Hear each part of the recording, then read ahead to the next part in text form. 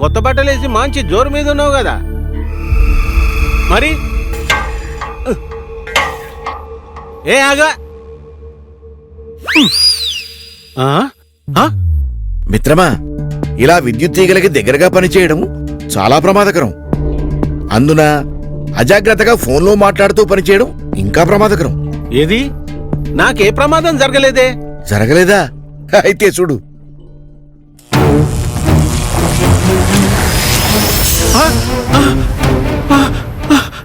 ఈ తీగల్లో ప్రవహిస్తున్న విద్యుత్తు మీ ఇంట్లో వినియోగిస్తున్న విద్యుత్ కన్నా ఎన్నో రెట్లు వోల్టేజ్ కలిగి ఉంటుంది.